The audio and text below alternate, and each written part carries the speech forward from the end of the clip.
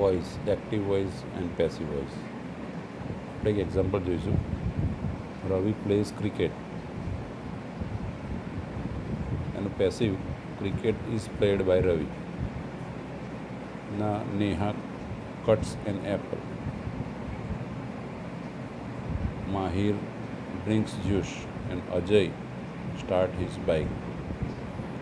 તો એક્ટિવનું જ્યારે પેસિવ કરીએ ત્યારે કર્તાનું સ્થાન કર્મ લે, કર્મનું સ્થાન કર્તા લે છે. કાળ મુજબ ટોબીનું રૂપ મૂકવું અને ક્રિયાપદનું ભૂતકૃતનું રૂપ મૂકવું. આપણે એક ઉદાહરણ જોઈએ. Neha cuts an Apple.